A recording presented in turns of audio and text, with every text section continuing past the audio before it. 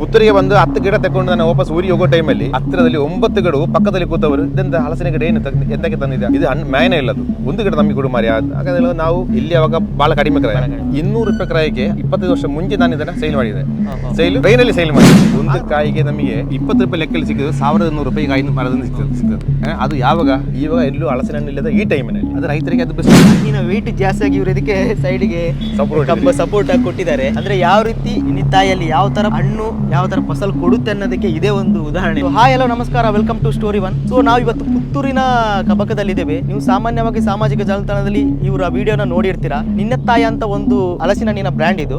So ಈ brand ನ ಬೆಳೆಸಕ್ಕೆ ನಿಮಗೆ ಸಾಮಾನ್ಯವಾಗಿ ದೊಡ್ಡ ತೋಟನೇ ಬೇಕಾಗಿಲ್ಲ ಅಥವಾ ದೊಡ್ಡ ತುಂಬ ಎಕರೆ ಜಾಗ ಬೇಕಾಗಿಲ್ಲ.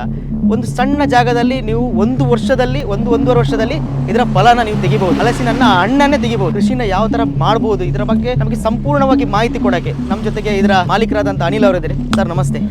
ನಮಸ್ಕಾರ. ನಿಮ್ಮ ಚಾನಲ್ ಅಜಯ್ ಅವರೇ, ಮತ್ತೆ ಹೇಗಿದ್ದೀರಾ? ಆರಾಮಿದ್ದೀರಾ? ತಾವು ಇಲ್ಲಿ ಬಂದಿದ್ರಲ್ಲ? ಹೌದು.